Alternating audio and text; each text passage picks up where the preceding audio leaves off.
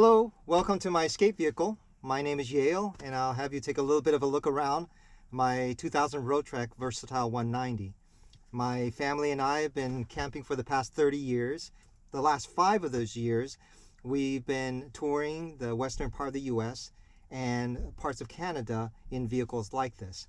I hope you'll follow me as I journal in 360 and VR 180 what we do, where we go, what we eat, and the upgrades that I've made to this vehicle in order to make it more livable off-grid. For those of you that don't already have a VR headset, I'd like to recommend this $8 solution that allows you to view 360 and VR 180 content. And I'll give you a link in the description. Okay, so I hope you'll come back to see me in the next episodes. GoPro, stop.